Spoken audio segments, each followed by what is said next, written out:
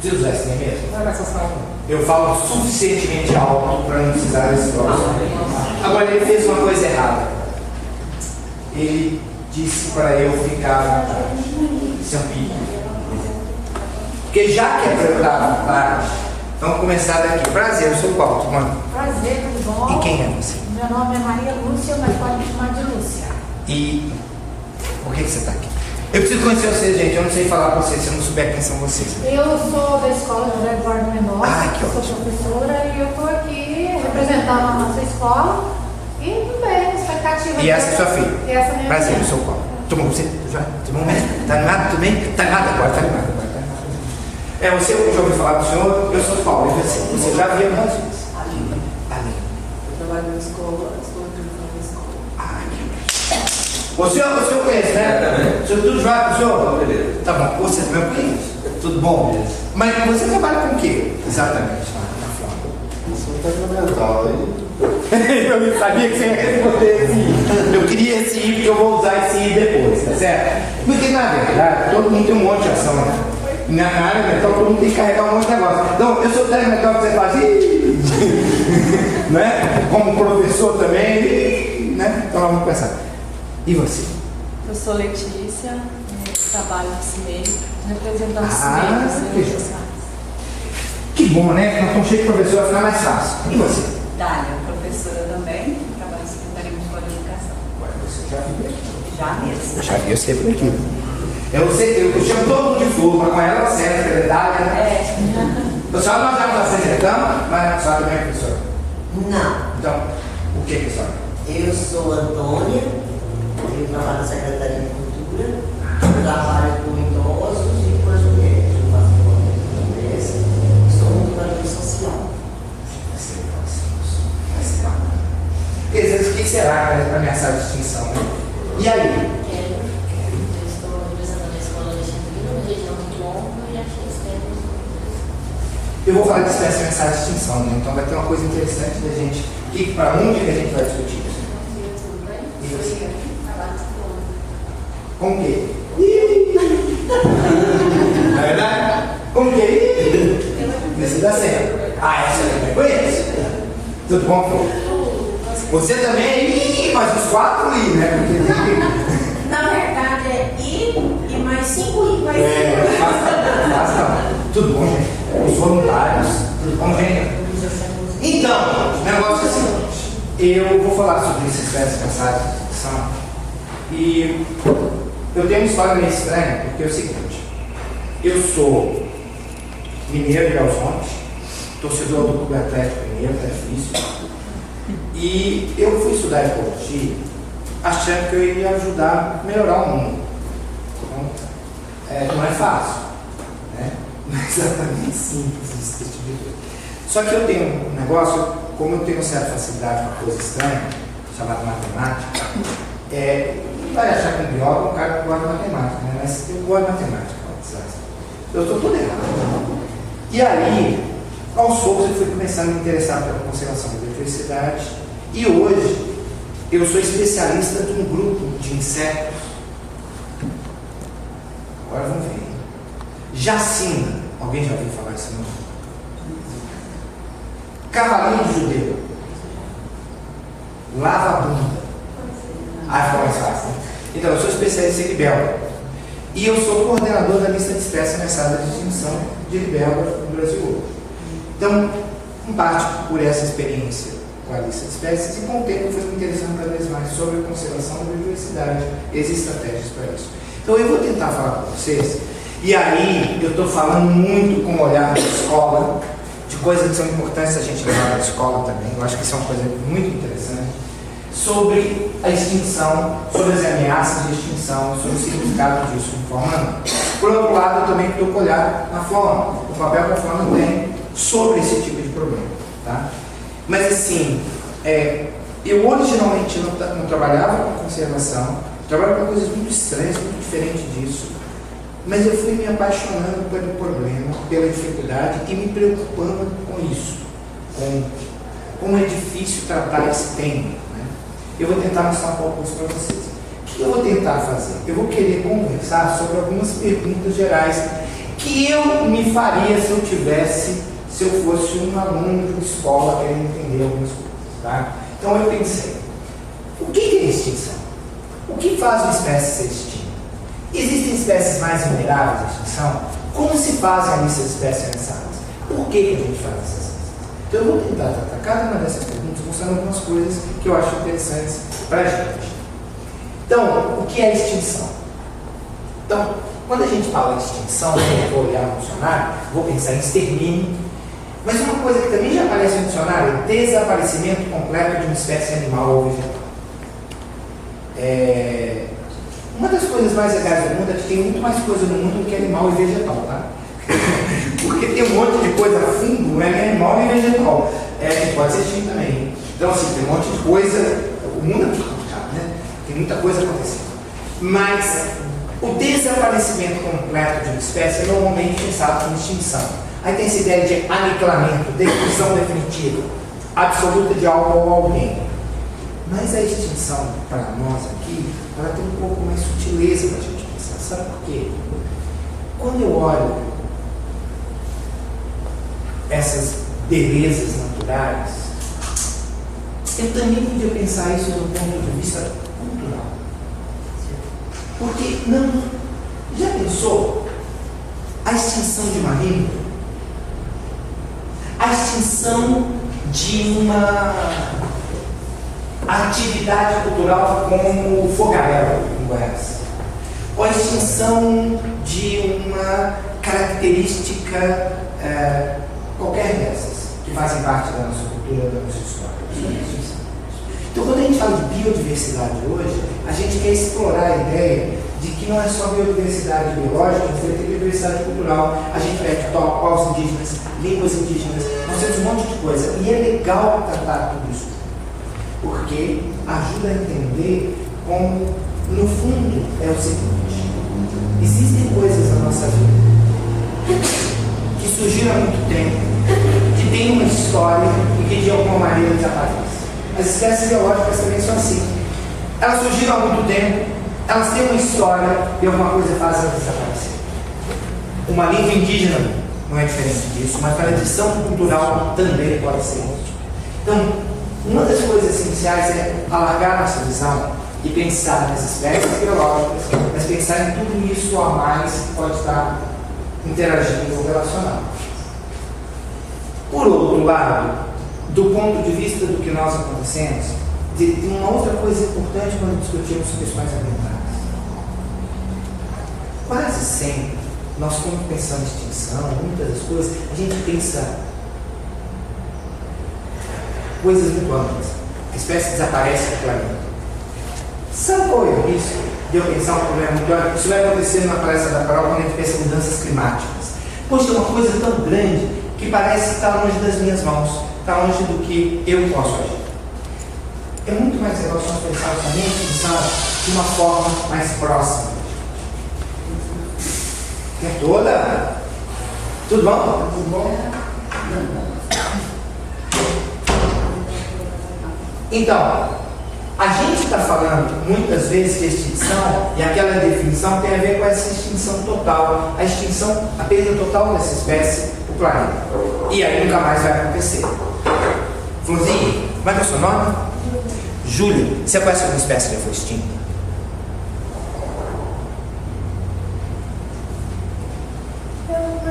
Eu não lembro o nome. Mas você lembrava de algum? Como é que é? Eu acho que era não lembro se era um Um rinoceronte. Tem um rinoceronte que já foi extinto. Um rinoceronte lá em Java que já foi extinto. Beleza. Mas tem coisas que a gente ouve falar, Dodô, né? Parecem os filmes do que é mesmo? De Volta do Era do Gelo, né? Então nós temos uma série dessas coisas historicamente que a gente perdeu. A gente vê isso em larga escala, faz sentido, é importante, causa uma comoção mundial. Mas eu queria que a gente pensasse que a extinção começa com uma perda em um local. Então, eu posso ter uma extinção local da espécie. Por exemplo, eu posso perder uma espécie em Silvânia. Ela existia em Silvânia e deixa de existir em Silvânia. E se eu penso assim, a perda dela em local é uma coisa muito mais próxima da minha realidade e de ações que eu posso fazer. Não existe extinção extinção total se ela não tiver acontecido em cada local de uma vez. Vocês percebem isso? Muitas das coisas que nós enfrentamos no mundo e tem a ver com coisas que parecem muito longe da nossa mão, do nosso braço, da nossa ação, às vezes podiam ser repensadas porque elas acontecem cada dia perto da gente. Isso é importante também. Por isso que a gente preocupa com a extinção local, a extinção regional, mesmo antes de se preocupar com a extinção total. Se nós queremos evitá-la, nós podemos evitar em casa, antes de nos preocupar em inventar lá longe. E aí, nós temos uma discussão do local e do regional. O que é o local para nós aqui? Por exemplo, a flora. Nós vamos falar de um sapinho. Hoje eu tenho um sapão aqui, o professor Rogério, que é especialista em sapos. Então, eu não posso falar besteira. Então, falar certinho. Vamos lá. E ele tem uns sapinhos aí. Eu sei que tem uns sapos aí, eu botei no slide para não esquecer. Mas eu posso perder uma dessas peças aqui na flora. Eu posso perder eles em Goiás. Então, muitas das vezes eu posso pensar que eu posso ter estratégias locais para discutir a extinção, ou controlar, ou fazer alguma coisa que impeça a perda de espécie local. Eu tenho uma discussão em escala mais regional. Pensar dessa forma é interessante porque a gente entende. Eu só tenho uma extinção regional se ela perdeu em cada local. Então eu tenho chance de tentar agir mais próximo. Agora, o que faz uma espécie extinta? Normalmente nós vamos pensar essas coisas, que são ideias gerais. A primeira ideia é destruição dos hábitats. Quando eu falo de destruição dos hábitats, a maior parte das vezes eu vou pensar fogo na floresta amazônica, beleza? Desflorestamento na floresta amazônica. Mas também tem retirar o cerrado, vocês concordam? A minha mãe, ela tinha uma característica, Dona Nazaré Silveira Renato. A Dona Nazaré, ela tinha uma característica. Ela é a única pessoa que eu conheço que falava mais que eu. A minha mãe falava tanto, mas a minha mãe falava tanto que quando eu tentava falar com ela, você tinha que pedir senha. Porque a minha mãe era daquele tipo, não sei se vocês conhecem, que não precisa de duas pessoas para conversar, ela conversa com ela mesma, ela já fica satisfeita, não tem problema. Então você está conversando com você e fala assim: ô Carol, tudo bem? Nossa, que brinco bonito, eu tenho uma prima, eu tenho um brinco parecido com o seu. Aí essa minha prima não presta. Você tem que saber, ela fala. Vocês conhecem esse tipo de pessoa, não conhece? Então eu conheço como sou eu. Além de mim, tinha minha mãe. A minha mãe, quando descobriu que eu ia fazer biologia, ela falou assim: nossa, mas o que é isso? Né? Fazer biologia, ela não achou lá muito interessante. Aí de vez em quando ela fala assim: mas Júnior, para que tem que preservar esses matos? Porque eu moro na região do Cerrado. A visão muitas vezes a pessoa é aqui não tem valor. Quando a gente fala da Amazônia, é mais fácil de dizer que tem valor. Você já percebeu isso? Mas o Cerrado, tanto é que eu acho que tem um racismo contra o Cerrado. Porque a gente fala desmatamento, a gente não fala descerradamento, não, é desmatamento, né? Não é desmatamento, né? Por isso que eu uso a palavra destruição de área, porque na verdade eu posso perder campo, eu posso perder cerrado, eu posso perder vereda, e o cerrado é muito mais complicado e complexo do que a floresta amazônica, porque a gente tem muita coisa diferente aqui. A gente tem campo, a gente tem cerrado, a gente tem campo cheio de água, a gente tem campo seco, a gente tem cerradinho, tem cerradão, correto? Não é tão simples assim. Então a destruição de área é um tema importante, e as pessoas gostam muito de falar de fragmentação. Então a ideia é: a fauna de Silvânia, se ela está totalmente isolada, vai diminuir a chance de que populações dela consigam se mover para outras, e sem esse fluxo, isso pode limitar a longo prazo a manutenção de algumas espécies, por questões genéticas, porque diminui a troca e aí fica todo mundo parente, e casar parente com parente não funciona, casar sapo parente com sapo parente também não funciona, tá certo? Então, de alguma maneira, isso pode gerar um problema a longo prazo, mas em geral, gente, eu acho que a pecuária é mais séria porque ela pode causar a fragmentação. Agora, uma coisa que as pessoas não levam tão a sério é que eu não preciso ter destruído, eu posso ter degradado. Por exemplo, quando o fogo pega uma árvore e depois aquilo recupera, as qualidades daquela mata não é exatamente a mesma. Quando eu corto a floresta, ou por exemplo, um exemplo mais claro é o gado entrando no subbosque da floresta. Ele muda a qualidade do sistema. Mas quando a gente pensa, por exemplo, em peixes, rios, etc., nós temos ainda a história de que, ao jogar sujeira no rio, eu estou ocupando. afetando a qualidade daquele sistema. Quando eu tenho muito agrotóxico na minha região, isso também pode afetar a qualidade das matas que estão dentro desse sistema, né? Eu gosto muito de estudar abelha. E eu gosto muito de polinização de birsônio. Birsônio é um nome bonito para município. E você sabe por que eu gosto? Eu adoro doce de município. Vocês já comeram doce de município? Você não gosta demais? Eu não conheço. Você não conhece? Ah, não. Você está de conhecer, porque é pão feito com ralado. Município. E aí, as abelhas que polinizam o município, elas são muito afetadas pelo agrotóxico. Então nós temos algumas relações importantes aí. Percebe? Eu posso ter extinção local de uma abelha sem que ela tenha uma perda regional ou que ela seja necessária, mas ao ter ela extinta num lugar, eu tenho problemas por causa disso. E não sei vocês, mas eu não acho que o mundo é completo ou aceitável sem município. Eu preciso de dois municípios. São duas coisas que eu preciso: dois municípios e café. Sem café não tem vida, né? A outra coisa é a sobreexploração de espécies para uso humano.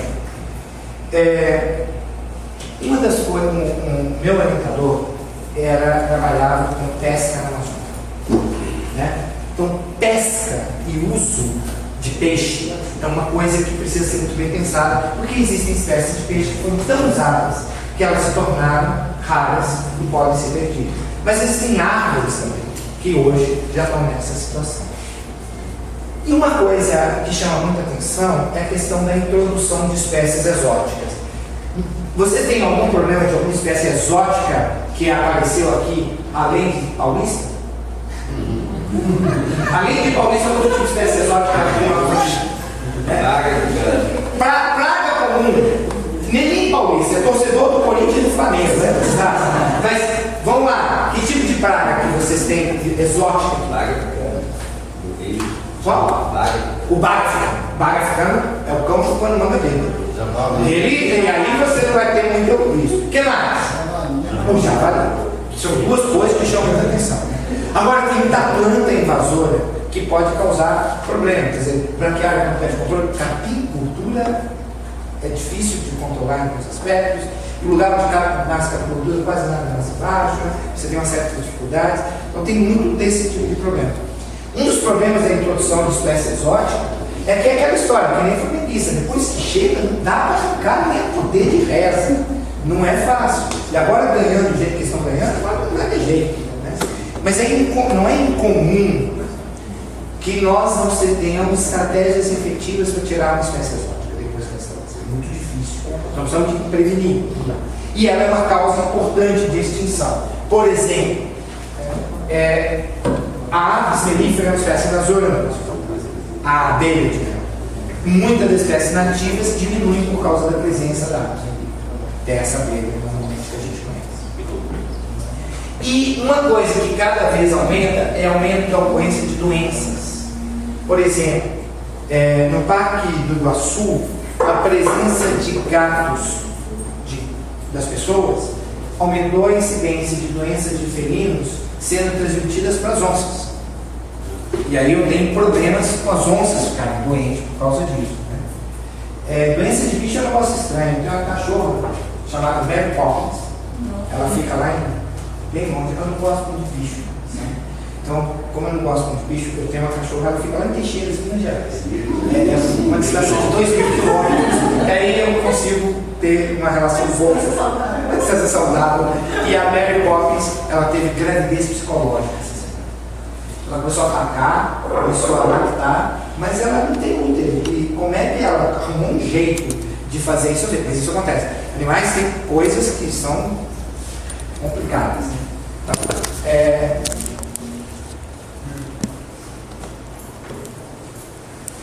uma coisa que nós não podemos deixar de entender é que nós somos causadores de uma grande quantidade de suicídio.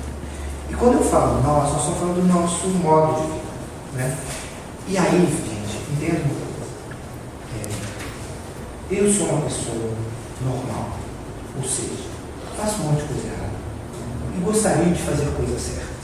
Então, na medida do possível, eu gostaria de fazer coisas certas. Mas um desses copos fui eu que coloquei aqui. Correto? É evidente que o plástico que nós usamos é uma comodidade da nossa vida. E muitas das coisas que fazem parte da nossa vida, que são cômodas, e com as quais nós estamos absolutamente acostumados, são componentes desse conjunto que leva a essa satisfação. Vocês concordam? Vocês concordam? E assim, é muita coisa, e às vezes nós nem as percebemos, porque nós nascemos com elas, nós a vivemos com elas. Nós não podemos imaginar outra forma de viver. Certo? Se nós comêssemos menos carne, tinha menos problema no mundo. Tudo bem? Então, eu adoro a picanha. Certo? Não estou disposto a perder essa coisa. Mas eu não sei se a neta dela vai ter essa opção. Eu não sei. Eu não sei se ela vai ter opção, se ela pode ou não comer carne. Porque é possível que não tenha. Então, não é tão simples isso. Com as situações que nós temos, raciocinar sobre o nosso modo de vida e pensar sobre isso, sobre as consequências dele, são importantes porque nós estamos vivendo um momento em que, por causa do impacto do uso de recursos de forma muito exagerada, as espécies também estão sendo afetadas. Mas tem que imaginar, nós também estamos afetados. Então nós temos que criar uma estratégia para pensar isso. De novo, isso é grande demais para pensar de pessoal. Mas seria legal se nós pudéssemos pensar essas pequenas coisas que nós podemos fazer aqui. Ontem aconteceu uma coisa muito legal, eu fui levar meu filho para comer um hambúrguer e na hora de tomar o suco não tinha canudo.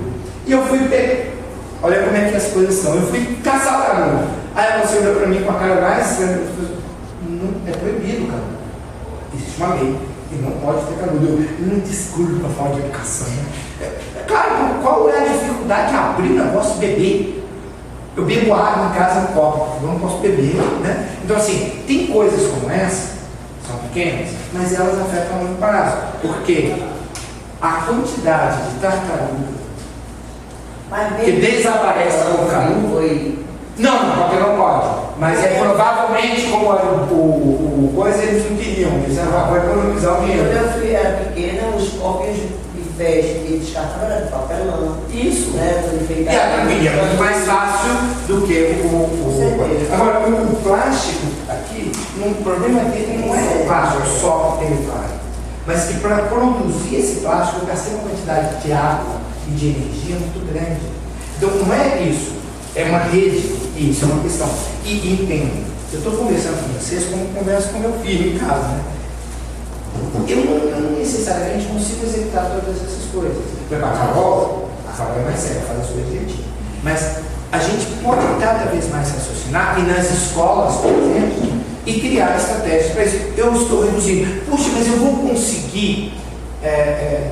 Tem uma história linda de uma música do Tom Jobim, né?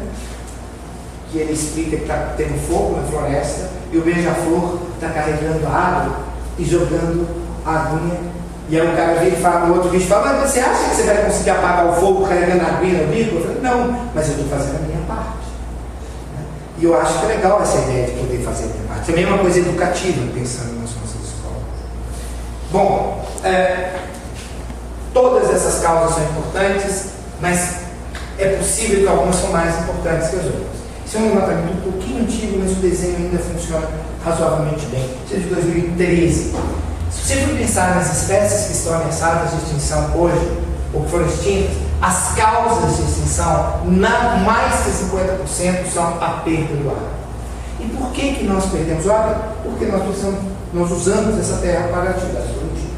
Então é claro que, quando eu desenvolvo uma estratégia de produzir de forma mais eficiente na agricultura, usando mesmo essa área, eu estou conseguindo isso. Vocês entendem? Porque eu estou causando esse impacto.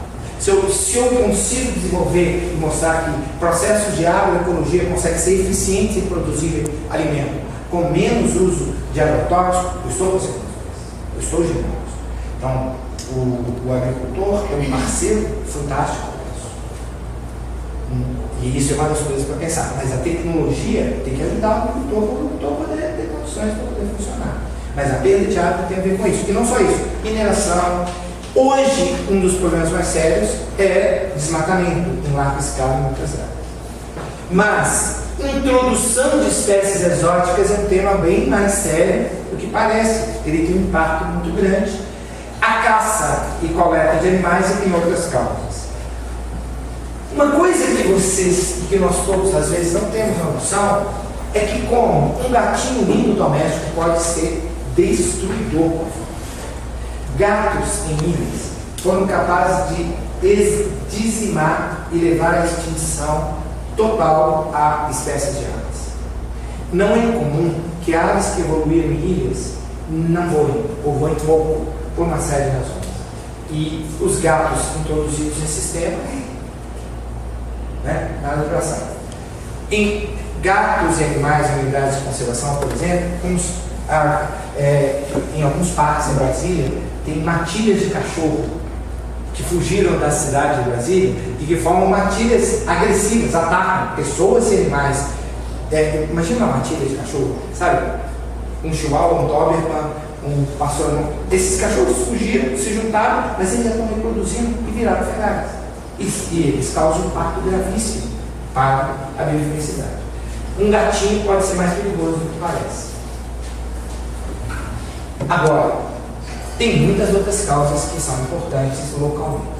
A febre amarela em animais silvestres, esse crescimento que aconteceu no estado do Espírito Santo, principalmente na Mata Atlântica, virou uma questão muito séria, porque os macacos estão morrendo de febre amarela em grande quantidade e isso é uma causa séria de diminuição dessas populações. Existem espécies mais vulneráveis à extinção?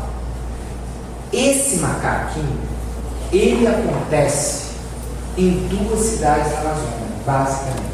Manaus e Itacoatiara. São duas cidades. Uma vez eu fui na casa de um amigo meu em Manaus, esse amigo chama Eduardo Vintetinque, também conhecido como Dadão. Ele é um pesquisador especialista em aranhas e ecologia e conservação. E ele mora numa casa bonita com árvores no meio de Manaus. De repente eu sento de manhã cedo e esse macaco, que é uma das espécies mais ameaçadas de extinção no mundo, aparece na árvore, olha para minha cara, atravessa e vai embora. Cara, ele até temia, né? Porque é um dos bichos mais ameaçados de extinção no mundo, mas ali ele tem densidades altas. É interessante para a gente entender como é que funciona isso. O bicho está cheio desse macaco aqui e ele está ameaçado, mas ele só está aqui. Qualquer coisa que acontecer nessa região pode levar à extinção, vocês percebem? Ele pode estar em alta densidade, mas se ele está num lugar só, ele está muito vulnerável a qualquer coisa que acontecer. Um furacão, não só nós, podia levar à extinção, porque ele tem uma distribuição pequenininha. Agora, por que ele tem uma distribuição pequenininha? Porque nós queremos? Não, ele sempre teve uma distribuição pequena. É uma coisa natural dele. Esse macaco só existiu naquela região. É claro que essa região só tinha floresta. Se você pensar em quantidade de floresta, é uma área enorme. Que cara do macaco, ele é extremamente eficiente em usar esse ambiente. E é um bicho feio que dói, mas apesar disso, é fantástico você ter um deles, né? Então, por que algumas espécies são mais vulneráveis à extinção? Esse mapa, ele faz uma coisa interessante. Ele pega espécies de peixe e vê distribuição de espécies de peixe que tem distribuição micro restrita. O que é isso? Você tem algumas espécies de peixe que só acontecem numa bacia pequenininha. Isso acontece pela forma como essas espécies evoluíram. As espécies evoluem muitas vezes porque elas ficam isoladas e vão se modificando. Em rios, é muito possível que os peixes fiquem só numa região, se isolem, comecem a reproduzir só entre aqueles indivíduos e viram uma espécie diferente das outras. Peixes são grupos que têm uma enorme frequência de microdistribuição.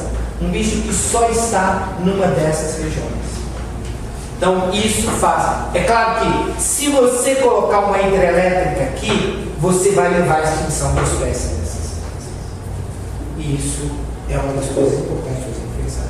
O estado de Goiás hoje tem um plano de aumentar as pequenas centrais hidrelétricas.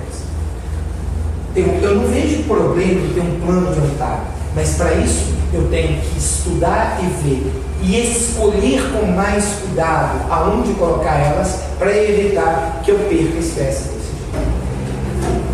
A biodiversidade não é inimiga do desenvolvimento econômico. A biodiversidade ela é inimiga do desenvolvimento econômico sem raciocínio e sem planejamento. Se você planejar, dá para fazer as duas coisas muito bem feitas. Mas tem que querer planejar. Tem que querer gastar um pouco de tempo mais para fazer bem feito. Quando você pensa em geral, por causa dessa distribuição, o número de espécies consideradas ameaçadas de extinção de peixes é muito grande, porque eles têm que ter essa distribuição. Então tem grupos que são mais ameaçados que outros. Tá? Aves são muito ameaçadas, peixes marinhos ameaçados, os anfíbios estão muito ameaçados. Agora, eu não sei se vocês percebem, insetos nem apareceram aqui. Nós vamos discutir um pouquinho por que nós não estamos nesse nível. Bom, esse é o sapo foguete em Goiás. Bonito sapo esse, né? Quem escreveu esse vídeo, pessoal? Foi Boca? 72. E vocês encontraram ele aqui na Floresta Tijão. E ele é uma das espécies ameaçadas de extinção. Qual é o hábitat dele? Como é que é ele? Floresta. Ele vive na floresta. Então, uma coisa interessante: um bicho que depende só de floresta pode estar mais ameaçado de extinção. Vocês concordam? Se ele é muito especializado, só usa uma coisa. Por exemplo, eu estudo algumas libélulas que vivem em floresta e que só botam ovos dentro de tanque de bromélia. É pedir para assistir, né? É pedir, por favor. Quer dizer, ela é tão especializada que o risco para ela é muito grande. Né? Agora, o que é? Meu Deus do céu. Esse é o barulho dele? Ó, esse é o barulho dele. Vocês ouviram isso, né?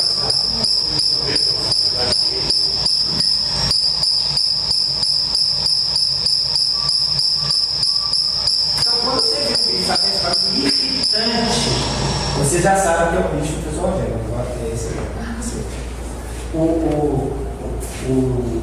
Vamos ver. Olha, dá para separar só ouvindo e saber que é essa espécie e não outras espécies parecidas? Não. Juro? Cara, tem que aprender esse tempo. Aqui tem várias espécies parecidas com essa? Não. Então é mais fácil. Agora, por que essa espécie está tão ameaçada? Essa é a distribuição conhecida da espécie. Mas essa distribuição não é distribuição real. É menor que essa, mano? Porque ele são 4 pontos conhecidos só. Ele foi distrito da Chapada dos Veadeiros, mas ninguém nunca achou mais bicho, exceto o povo que coletou isso, mas depois teve um bicho, teve uma variedade em Niquelândia que foi inundada pelo lago da Serra da Mina, onde não existe mais. Então, 2 já, 4 pontos, 2 já foram. O ponto sul é Silvânia, né? Uhum. É a Flônia. Então só tem um ponto ali e descobriram em 2016, lá nas áreas da Votorantim, que é Niquelândia, um ponto. Então, na verdade, só tem 2 pontos. Agora, olha bem. Essa é uma coisa para a gente pensar. Tinha um lugar que o Boca não visitou em 72, tinha um bicho. Mas quando você voltou lá não tem mais. Então aconteceu uma extinção local. Né? E isso pode acontecer. Né? Júlio, quantos alunos tem na sua turma? 20.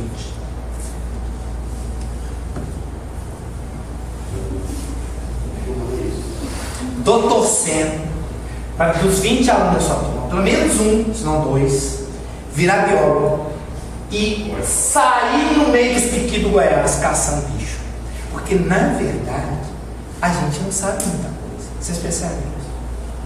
Falta muita coisa para a gente aprender. Tem muita coisa. O Rogério sozinho não dá para andar nesse Goiás todo e achar todas as populações que estão ameaçadas ou não. Novas populações desse bicho. Guardou o som. Que som irritante. Né? Parece criança de Halloween apertando o interfone. Correto? de repente nós encontramos novas populações. E se nós encontramos, nós podemos tirar ele de uma lista de espécies ameaçadas. Vamos discutir isso muito hoje. O ideal para a gente é tirar as aves. Nós vamos tirar eles. Nós precisamos fazer alguma coisa para tirar eles, para mostrar que não. Mas parece que nós precisamos de achar eles, achar populações. Nós não sabemos exatamente tudo o que acontece no Parás. Eu quero mostrar um pouquinho também do que a gente não sabe. Né? Existem espécies mais vulneráveis à extinção?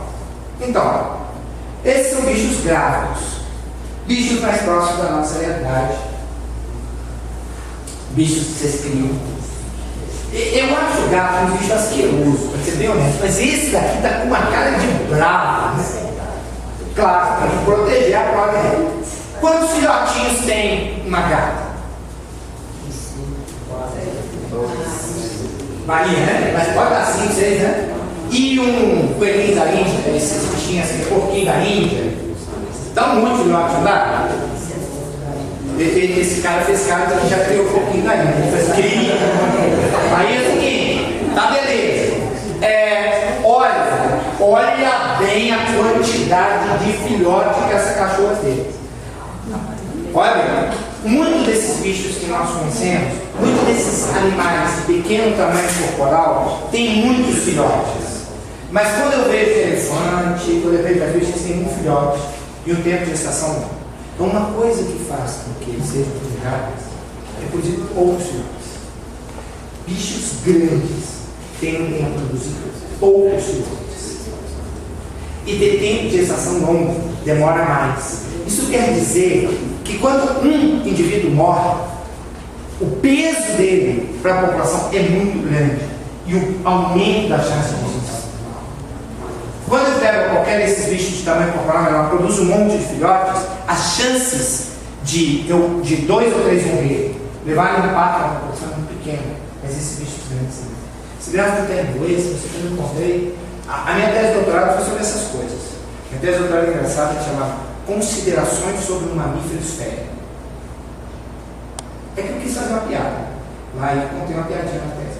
Aí as pessoas, meus amigos, começaram a falar, gente, engraçado, qual demais está estudando tatu bola, na verdade?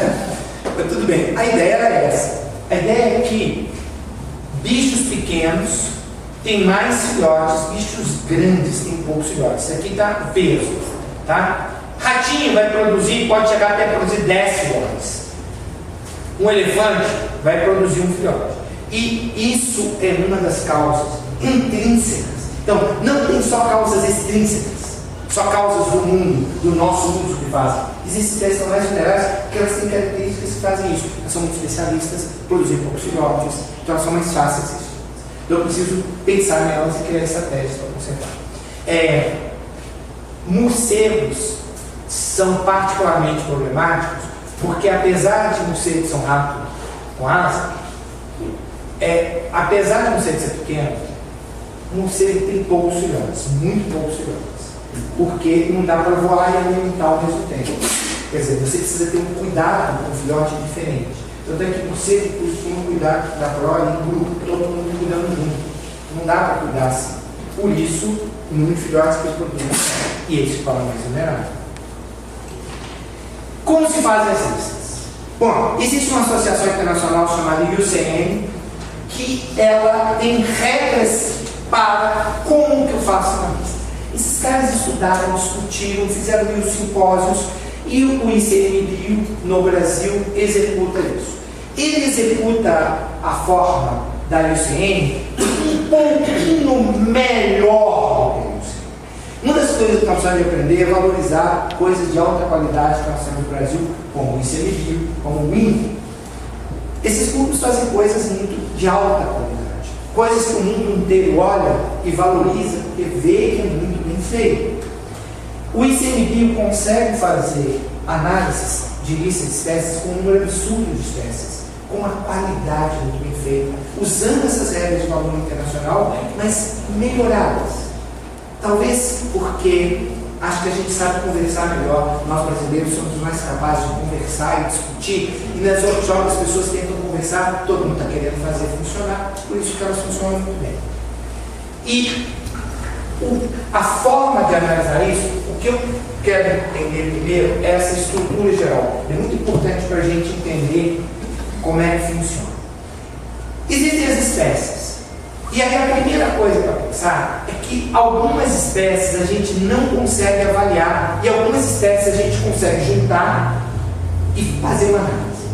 Que tipo de espécie nós não conseguimos avaliar? Eu vou mostrar um pouco depois, mas existe uma imensa quantidade de espécies que nós ainda não conhecemos. Na Amazônia está cheio de espécies. Recentemente, descreveram uma espécie de árvore, de peroba, no campus da Universidade Federal de Goiás. Uma espécie nova estava lá, no meio do campus, e era uma espécie nova de espécie. Tem muita coisa que a gente não sabe. Isso a gente tem que entender. Mas, além disso, tem espécies que nós não tivemos força, tempo, condição de juntar informações. Não é simples. Uma biodiversidade como o Brasil. Tem um colega meu chamado Beat Weber, ele é um pesquisador da Suíça, que trabalha nessas coisas. E é um pesquisador de gente boa, ele estrada que nem eu, então é meio difícil conversar com o outro, porque os dois estradam, assim, um fica olhando para um lado e para o outro, quem sabe quem está olhando, mas. E ele mais legal ainda é que ele é torcedor do Paysandu no Brasil, muito bom. E aí ele chegou no Brasil e começou a ver a quantidade de libélula, ele ficou impressionado. Né? Qualquer laguinho tem 10, 15, 20 espécies. Aí eu perguntei, quantas espécies tem ameaçadas no seu país? Ele olhou para mim, todas. Todas? Quantas? 20. Pô, 20 espécies de libélula tem aqui andando no meio de Silvânia. Nós temos 900 espécies de libélula. Então, se você vai fazer um esforço para estudar conservação de espécies na Suíça, eu tenho 20 espécies. O Brasil, qualquer lugar do Brasil, é muito mais difícil, muito mais biodiverso, por isso é muito mais difícil. Então, às vezes não conseguimos avaliar todas. Na avaliação, eu tenho esse não aplicado, que talvez me interesse muito. A primeira coisa que eu chamo a atenção, que eu vou querer conversar mais à frente, é que tem espécies que nós sabemos tão pouco sobre elas que a gente não consegue tomar uma decisão se elas são ou não são. E aí é melhor dizer, dados eficientes, dizer, não sei.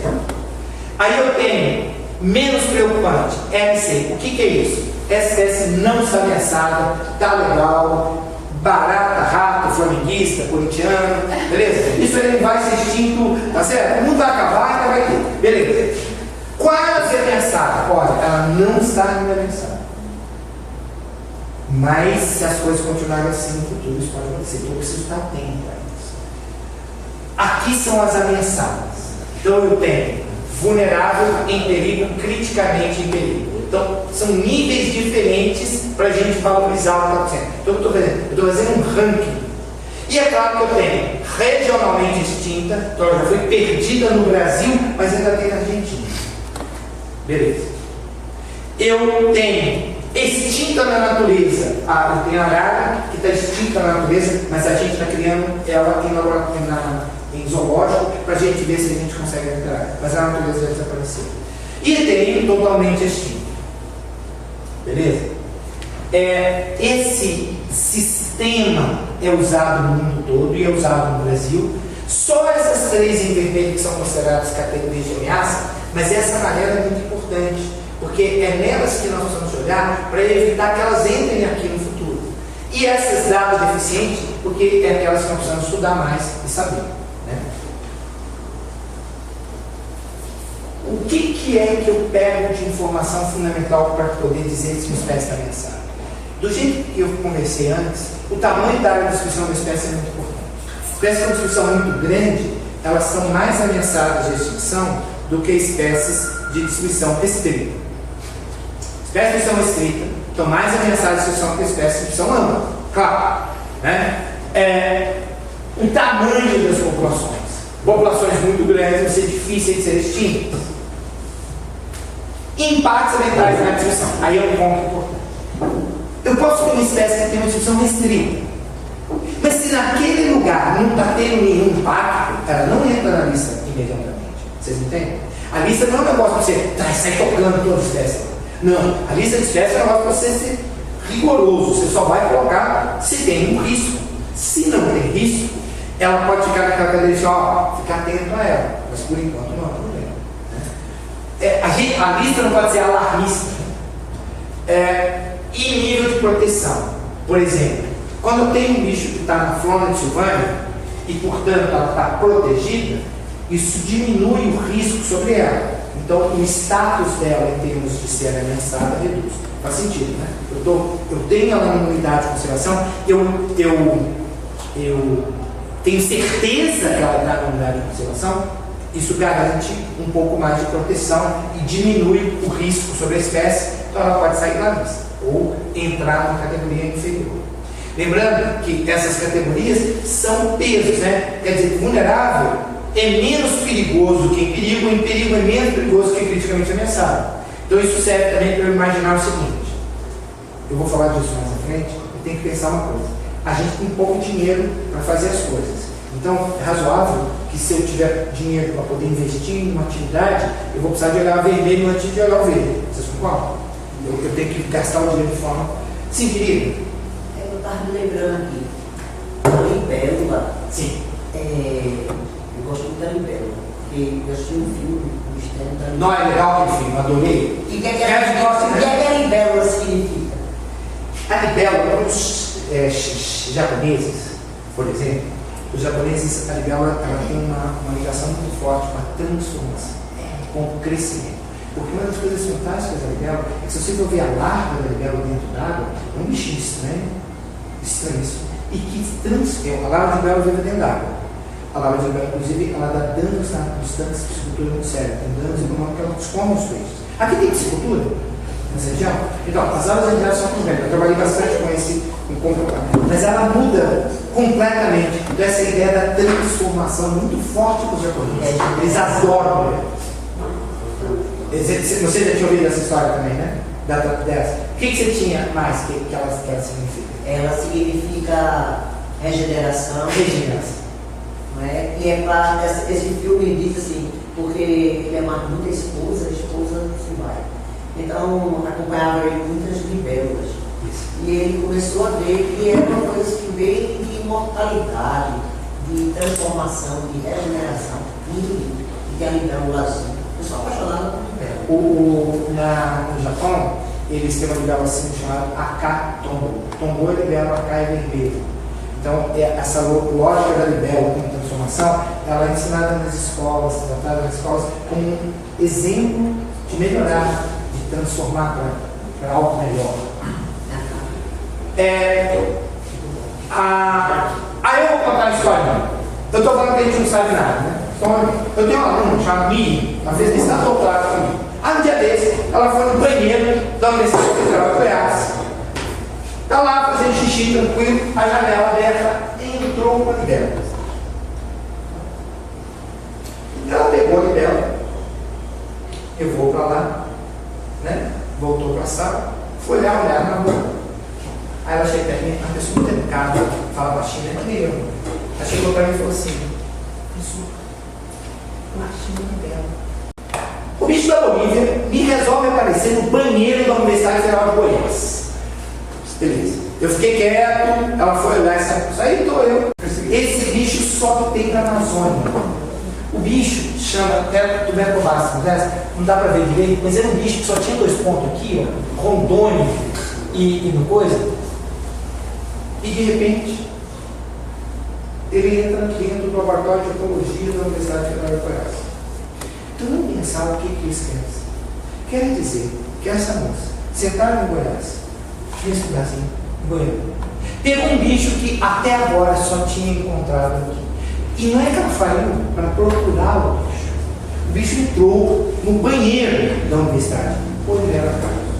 E esse bicho era uma ocorrência nova para o Brasil. Nunca nenhum cientista tinha visto isso. O que isso quer dizer? Poxa, isso só quer dizer que a gente não sabe nada. Isso só quer dizer que nós precisamos de ir para o campo e para o mato e olhar para o mundo e aprender, porque tem um monte de coisa acontecendo e nós não sabemos. Quer dizer que tem muito mais espécies ameaçadas, um monte de espécies que nós sequer conhecemos. Porque, na verdade, essa espécie jamais entraria para ser analisada na lista antes, porque ela não tinha no Brasil. E se ela está aqui e aqui, quer dizer que é possível que ela esteja no Mato Grosso e tudo mais, mas que nós precisamos de estar no campo para achar esse bicho.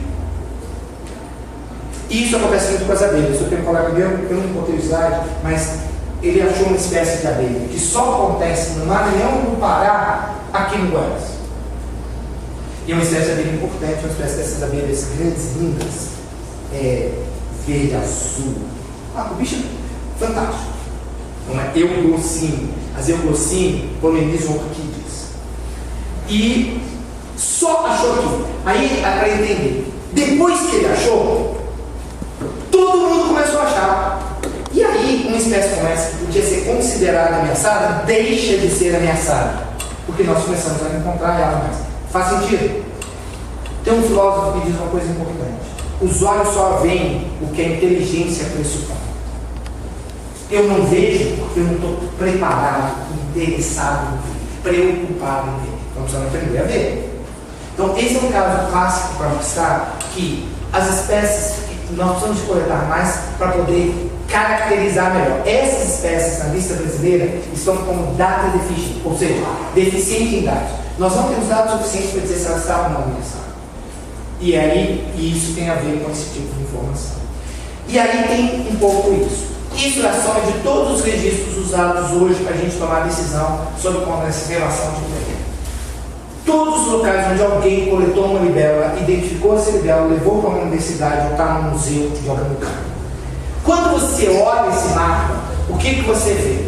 Tem muita libélula aqui, tem muita libélula aqui, aqui, correto? Sabe por quê? Porque tem um taxonomista de libélula que mora aqui. Um outro taxonomista mora no Rio de Janeiro. Eu morei em Viçosa, uma aluna minha morou aqui no Espírito Santo e eu coletei em Manaus. Isso quer dizer, basicamente, que a descrição das espécies parece a descrição do cientista. Errado, né? Eu preciso coletar mais, eu preciso mais informação. É claro que a gente tem modelos, estatística, métodos para tentar corrigir essas coisas. Mas existem grandes áreas onde ninguém nunca coletou. É possível que tenha espécies ameaçadas nessas áreas que sequer foram descritas. E como se fazem as listas? No final das contas, nós fazemos livros como esse, que são os livros vermelhos. Eu queria chamar a atenção, as listas vermelhas são feitas no Brasil desde 1972. Aqui está um livro de 98 e aqui está aí o último livro de 2014. E aí, as espécies que são avaliadas, observa que nós avaliamos 100% dos anfíbios em 2014, mas nós só tínhamos conseguido avaliar 11% em 2003. Em aves, nós avaliamos 100% em 2014, nós tínhamos avaliado 26% em 2013. O que quer dizer? Nossa capacidade de melhorar a lista, melhorar as informações, está aumentando. Cada vez a gente está fazendo isso melhor. E em parte a gente faz isso melhor porque tem mais gente. Gente como esse animal aqui, o professor Gabriel, como essa professora Ana Caroline, que são cientistas interessados que vão para o campo e buscam informações para a gente ser capaz de aprender sobre as coisas. Mas eu queria só chamar a atenção de um ponto importante. Se répteis, mamíferos, aves, anfíbios, peixes, e peixes ornamentais 5% não fizemos, você percebe que os vertebrados, os bichos que são mais parecidos conosco, a gente já fez, os invertebrados aquáticos, só 1% deles. Os invertebrados terrestres, 3%. E agora tem que entender. Nós, seres humanos, dependemos mais de abelha para o nosso futuro do que de mamífero. A agricultura nossa depende mais de besouro que controla a praga e menóptero, que são as abelhinhas e vespas que ajudam a controlar a praga da agricultura, do que de mamífero. Então, aqui tem uma coisa que afeta a nossa vida muito e que nós sabemos quase nada. Eu virei coordenador de libélula nesse 2014 e foi a primeira vez que foi feita uma análise de libélula com grande quantidade. Porque eu tenho muito aluno, meus alunos todos foram lá trabalhar, ninguém dormiu e nós ficamos 3 dias sem dormir e fizemos prova na marra. Beleza? Nós analisamos 700 espécies. O pessoal do CIVI ficou assustadíssimo, porque eles nunca tinham visto analisar tantas espécies ao mesmo tempo. Dormiu uma semana. Mas a maior parte das vezes, conclusão, nós não sabemos nada sobre esse bicho. Nós não sabemos nada sobre esse bicho. Foi fácil. Nós não sabemos nada sobre esse bicho. Nós temos muita coisa que nós precisamos ainda aprender. E eu acho que nós precisamos falar isso nas escolas. Nós precisamos falar isso nas escolas, dizer, gente, tem muita coisa para vocês aprenderem. Não é só o que nós estamos ensinando na escola. O mundo é um livro para ser aprendido. Um mundo de coisas que nós podemos aprender e pensar. E quem vai descobrir isso são esses alunos que me ajudam. São eles que vão nos trazer esse conhecimento.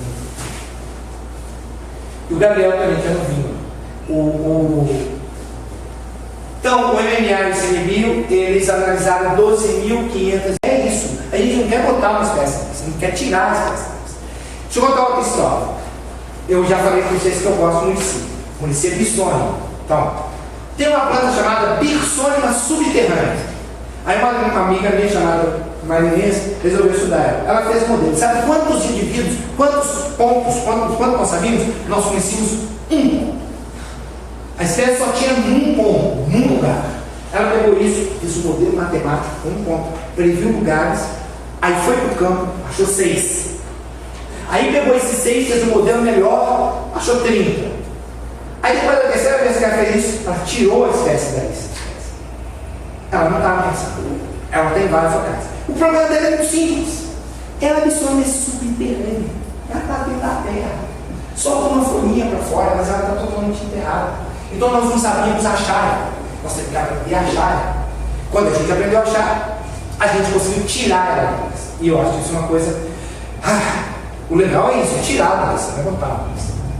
Agora, por que a gente faz isso? Porque a gente sabe em que lugar as espécies estão e nós podemos fazer planos para trabalhar com isso. É claro que eu tenho o lobo-guará nessa instituição como ameaçado, eu tenho determinadas espécies de macacos ameaçados lá, a onça ameaçada em tal lugar. Eu preciso ter uma noção de aonde é, porque eu não consigo fazer um plano se eu não sei aonde é e quanto custa, como que eu vou fazer para resolver. Por isso o ICMBio faz planos de nação nacional para a conservação de um grupo de espécies ou de uma região. Um plano de ação das espécies ameaçadas, os riscos, e estabelece formas de resolver isso. Formas de resolver significa o que tem que ser feito e como vai gastar o dinheiro. Tem que entender que tudo gasta dinheiro, como que a gente executa esses planos. E essa é uma das coisas importantes que nós temos para fazer. Só para não deixar solto, eu preciso entender que as unidades de conservação de uma flora são uma forma de evitar que as espécies sejam extintas. Mas esse é um trabalho da Carol Nóbrega e ela fez uma análise da descrição de todas as espécies de libelo em Goiás. E ela viu quantos por cento da descrição dela está protegido em unidade de conservação e qual que é o tamanho da descrição. E olha o que é a conclusão. Espécies que têm distribuição ampla, grande, estão muito conservadas. Espécies que estão em distribuição pequena, estão pouco conservadas. Observa nesse gráfico. Aqui é o tamanho da distribuição e aqui a chance dela estar na unidade de conservação. 1 significa que ela está sempre na unidade de conservação. 0, ela nunca está. As espécies de tamanho de distribuição pequena, aquelas que ocorrem só nos lugarzinhos, elas têm baixa chance de estar na unidade de conservação. As espécies de distribuição ampla têm alta chance de estar na unidade de conservação. Uai, está tudo errado. Quem é mais ameaçado? Tem distribuição ampla ou tem distribuição pequena? É quem tem distribuição pequena. Então eu preciso colocar uma unidade de conservação onde estão as espécies que são pequenas, que nem a flora de Silvânia está aqui, onde tem uma espécie com distribuição pequena. Vocês entenderam? Mas nós temos muito poucas unidades de conservação. Nós temos menos de 5% do que podia ter. O Brasil assinou um acordo dizendo que ela tem que proteger pelo menos 12% das áreas para poder ser capaz de preservar as espécies. E onde é que nós vamos para? Nós temos que colocar ela no lugar onde maximiza conservar e minimiza as questões econômicas. Mas o que está mostrando é que as unidades de conservação não são suficientes para conservar. Porque elas não estão no lugar dessas espécies. Por fim, gente, eu gosto sempre de pensar o seguinte: nós estamos aqui para ser otimistas e achar solução. E eu quero achar solução. Mas para achar solução a gente tem que planejar. A gente tem que pensar por frente, futuro. Imaginar estratégias para resolver. Não tem vento bom para nós, Senhor. Não tem vento bom para quem não sabe onde quer chegar. Então a gente tem que ter meta, a gente tem que pensar o que a gente quer fazer. A gente quer evitar a perda das espécies. Eu quero conhecer melhor as espécies. Eu quero saber melhor como as abelhas afetam a agricultura. Eu tenho que ter meta, eu tenho que colocar a energia em cima disso. E só para não perder o rumo que eu comecei no início, é preciso fazer esse desenho não só pensando nas grandes coisas que o país tem que resolver. A gente precisa fazer as pequenas coisas que eu posso fazer dentro da escola, que eu posso fazer na minha comunidade, que eu posso fazer lá fora. Porque essas coisas são coisas que eu, inclusive, afetam a minha sensação de felicidade comigo mesmo, de que eu fiz alguma coisa que vale a pena. Gente, foi um prazer estar conversando com vocês. Fico à disposição se vocês tiverem alguma pergunta. Obrigado.